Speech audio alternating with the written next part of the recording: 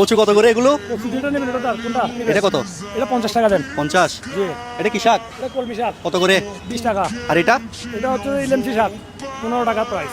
20 টাকা, 15 টাকা। আর এটা যেটা নেবো ওটার রেট? জি জি জি। সবগুলো বলেন, সব নেবো, সব কত? আপনি সবগুলো দিয়ে কি করবেন? বাসায় নিয়ে যাবো? এতগুলো বাসায় দিবেন? হ্যাঁ নিয়ে নাকি যাবো। আমার সাথে দুষ্টুমি করতেছেন? না দুষ্টুমি করতেছে না, সব বলেন, সব। সবগুলো নিলে আপনার একদম পিস 1500 টাকা পড়বে। 1500? জি। একটু কম ধরেন না। না আর কমাবে না আপনি। আজকে শাক দিয়ে বাসায় পিকনিক করবো, আচ্ছা। কচু দিয়ে দম বিরিয়ানি করবো। আচ্ছা আচ্ছা ঠিক আছে। কচু দিয়ে দম বিরিয়ানি, শাক দিয়ে পিকনিক। কম ধরেন, আর একটু কম ধরেন। না আর কম পারা যাবে না। 1500? জি। 1500 দিলে আপনি খুশি তো? খুশি। হ্যাঁ খুশি? আচ্ছা এই কাকা, কাকা এদিকে আসেন তো, এদিকে আসেন। 1 2 3 ধরেন 1500 দেন, গনে দেন। এখন এই মালগুলা কার? আপনার। আমার না।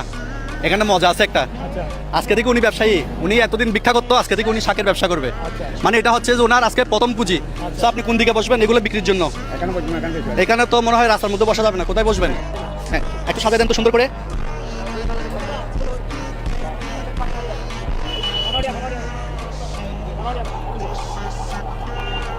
আজকে থেকে এই ব্যবসাটা আপনার। আজকে থেকে আপনি কি ব্যবসায়ী? ব্যবসায়ী। আর ভিক্ষা করবেন? করবো না।